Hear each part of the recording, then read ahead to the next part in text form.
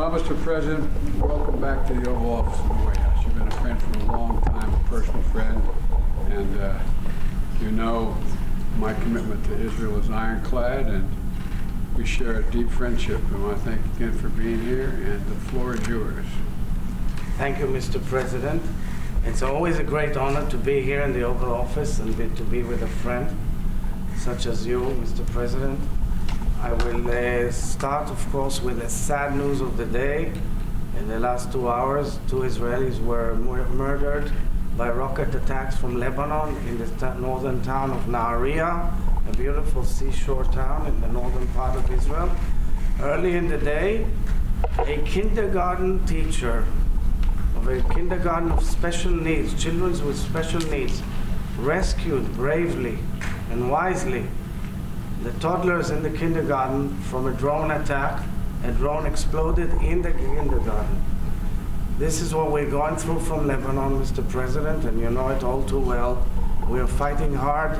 We're defending our people, our brave soldiers and pilots. And I know that you're working very hard to make sure that this war will end, and that there will be first and foremost security for the people of Israel, as well as for the people of Lebanon. And in Gaza, we have 101 hostages, over 400 days. I know, Mr. President, that you're day in, day out actively seeking their safe return home as they are going through hell in the dungeons of Gaza.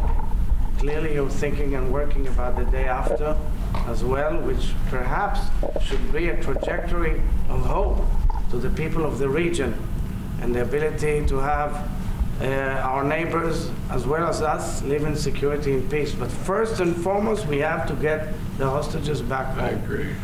And it all starts in Tehran.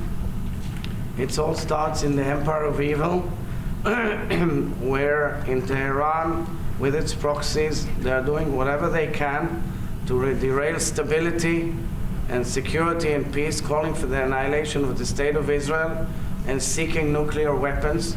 And Mr. President, this has to be a major objective all throughout your term and the next term of the next president, because we have to make sure that they cannot fulfill their evil intentions.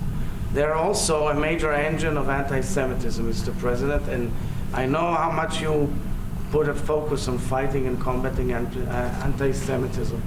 But most importantly, I'm here on behalf of the people of Israel and the nation of Israel and the state of Israel to say to you, Mr. President, thank you very much. As we say in Hebrew, Toda Rabba. You've been an incredible friend of Israel and the Jewish people for decades. And we will never forget, ever in history, how you stood up with us in our darkest hour, which became our finest hour, how you came to Israel a few days after the barbaric attack of October 7th, how you helped us and supported us with words and deeds. And I want to express our heartfelt thanks to you, Mr. President, which is a great legacy that you stood up with the Jewish people and the state of Israel, as you always did. So I brought you a little gift, which is an archaeological artifact from the foot of the Temple Mount in Jerusalem, which has the word Joseph, Yosef. And as you know in the Bible, it is said that Joseph will strengthen Israel. And clearly, Mr. President, you've done it. Thank you very much. Well, I hope my father heard it. My father was what we call a righteous Christian, but couldn't understand why we didn't move more rapidly back in World War II and less. And anyway. That was a great legacy of your father. Well, it was. And I remember how I got in trouble. We were friends even back then when I said, years ago as a senator, I said, you don't have to be a Jew to be a Zionist. And I know you are. You're clearly a Zionist, Mr. President. Well, God love you. Thank you very much. Thanks for being here, pal.